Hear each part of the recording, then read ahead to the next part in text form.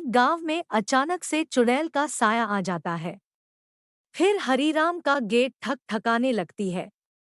हरीराम सोकर उठता है और दरवाजा खोलता है तो अचानक से वह चुड़ैल उसके सामने आ जाती है। फिर चुड़ैल हरीराम को उठाकर ले जाती है।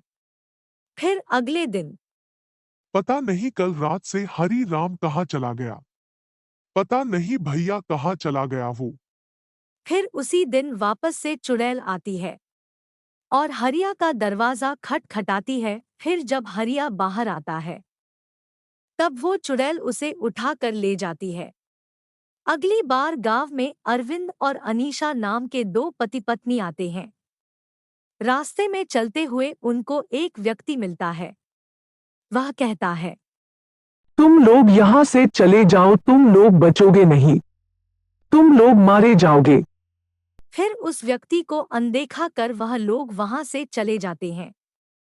घर जाते ही उसका पति अरविंद, चलो आज जल्दी सो जाते हैं, कल मुझे जल्दी उठकर काम पर जाना है। ठीक है, मैं भी चलते चलते थक गई हूँ।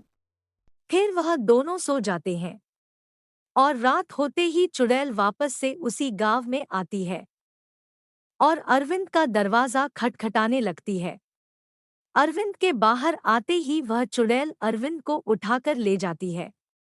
फिर अगले दिन गांव के लोग इकट्ठा होकर बोलते हैं, अरे भाई अरविंद आज रात से नहीं है, पता नहीं कहाँ चला गया। वह तो मेरे साथ ही थे और मेरे साथ ही सोए थे, फिर पता नहीं रात में वह कहाँ चले गए। फिर गांव के लोग परेशान होकर बोलते हैं, अरे भाई लगता है कि हमारे गांव में किसी चुड़ैल का साया है, हमें आज रात पहरा देना होगा। फिर सभी लोग अपने अपने घर चले जाते हैं। रात होते ही गांव के लोग एक घर के पीछे छुपकर पहरा देने लगते हैं। वह देखते हैं कि एक चुड़ैल दरवाजा खटखटा रही है। किसी के दरवाजा ना खोलने पर वह वहां से चली जाती है।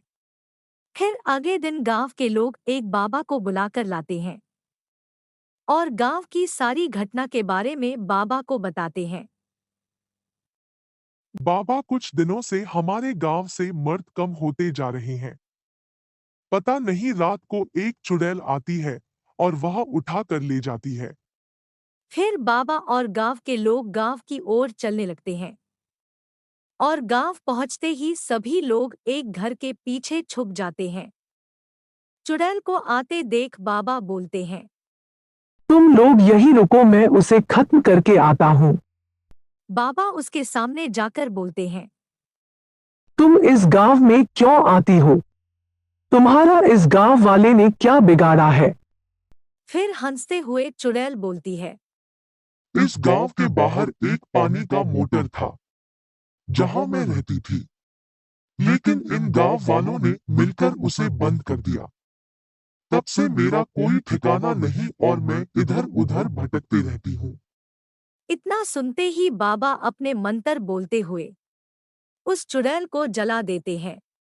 फिर उस गांव से चुड़ैल का साया हट जाता है।